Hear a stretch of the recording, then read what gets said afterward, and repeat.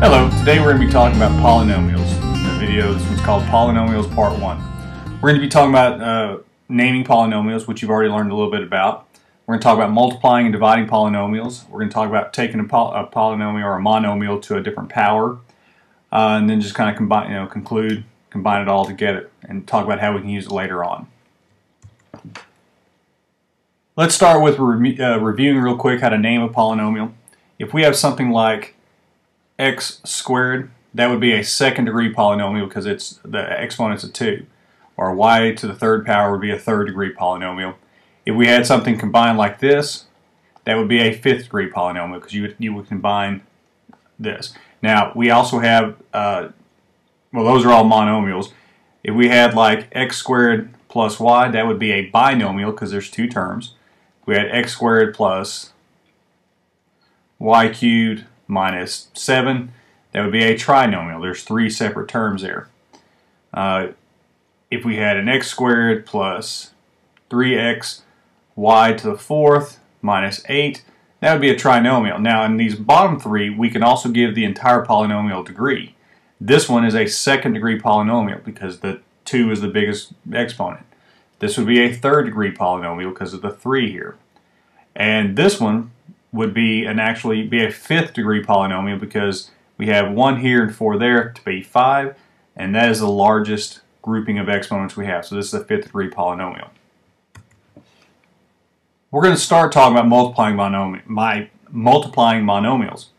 Let's start with x squared times x to the third.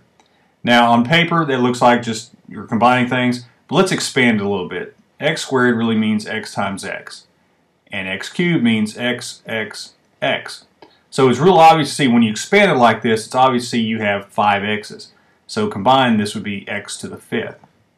Okay, likewise, y times y to the third, you would have 1y here and 3 y's here. Notice I don't even have to put multiplications in there because really if you put two letters together, that means they're multiplying, and that would be y to the fourth. As you can see, a nice little shortcut there is you simply are having to add the exponents.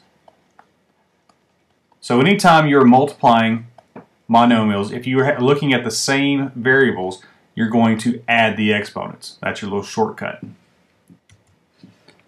It can be a little bit different if you have more than one variable. For example, if I have x squared y times x to the fourth y to the third, I still have all this out. If I were to expand it out, that'd be x, x, y. That would be x, x, x, x, y, y, y. Gets monotonous here. But we're still doing the same thing. X times y is just xy. So we really are looking at like variables. We have 2 x's here, 4 x's here, gives us x to the sixth. We have 2 y's and 3 y's gives us y to the fourth. We can combine anything, and they're all being multiplied together, but when we combine our exponents, we're only combining the like terms. So we have 6 x's, 4 y's. If we have something a little more larger, we can have y to the 7th, z to the 12th, times y to the 8th, z to the 15th. We don't want to expand all that out. We want to take the shortcut. We take our y's. We have 7 and 8, so that's y to the 15th. We have our z's, that's 12 and 15, so we have z to the 27th. So again, we're just combining our variables. We're combining our exponents. We're adding the exponents whenever we multiply like this, but we're only adding them for the like variables. Dividing is going to work in much the same way. When we were multiplying, we added the exponents. Here, we'll start off with, let's say, x to the fourth divided by x squared. And again, I'm going to expand it because it's a lot of times easier to see this way. X to the fourth means x, x, x, x. X squared means x times x. Now we have learned that we can divide anything, okay, and this is division, so we can go x divided by x, and we know x divided by x is going to give us 1. We can take that x and divide it by x, and that's going to give us 1 as well. We've eliminated everything on the bottom, but on the top now we have 1 times x, so that's x squared. We actually have 1 on the bottom, but we know that to be is just x squared. Okay, again, y to the third divided by y, that would be 3 y's on top.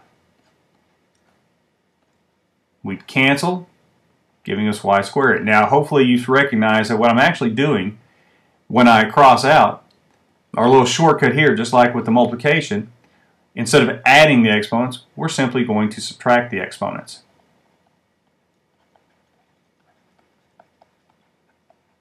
If we do that, we have a little shortcut. Now again, if we have more than one variable, that's going to make a little bit of difference, but we're still, when we subtract, we're still going to only subtract the like variables.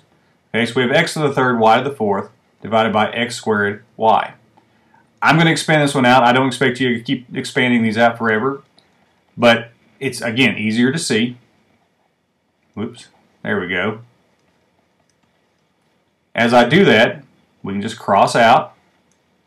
That leaves us with two x's on top, or sorry, one more. That leaves us with one x on top and three y's on the bottom. Again, 3 minus 2 is 1.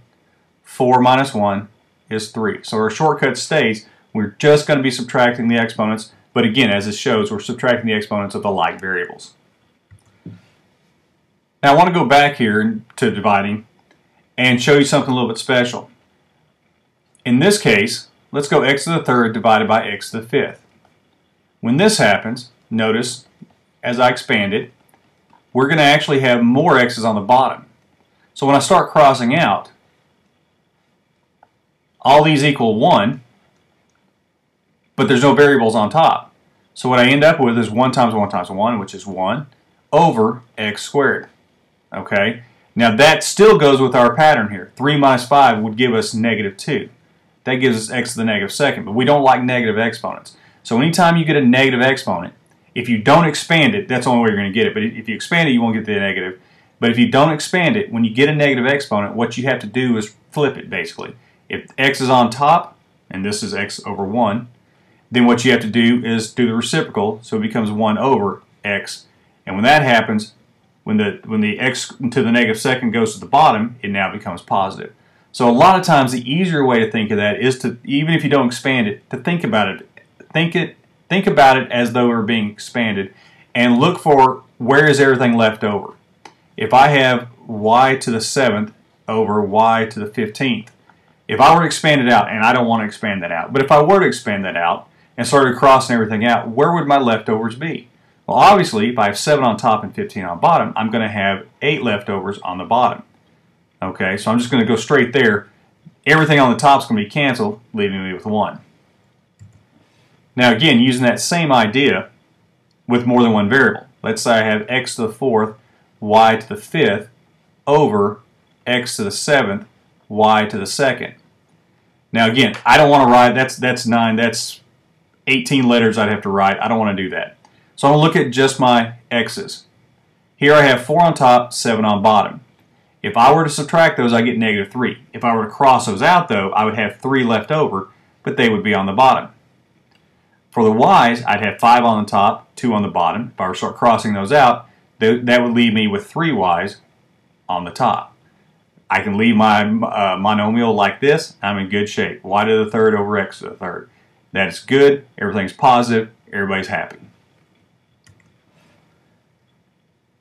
Let's go back to multiplication, except this time, let's add in a coefficient. So now we're going to have 3x squared times 4x to the 4th. Okay, now we know how to do x squared and x to the 4th. That's going to give us x to the 6th. But if we were to expand it, again, not expecting you to expand these all the time, it would look something like this. Again, we know this. The only operation we have in here are times. So now we're left with 3 times 4. That gives us 12. 12x to the 6th.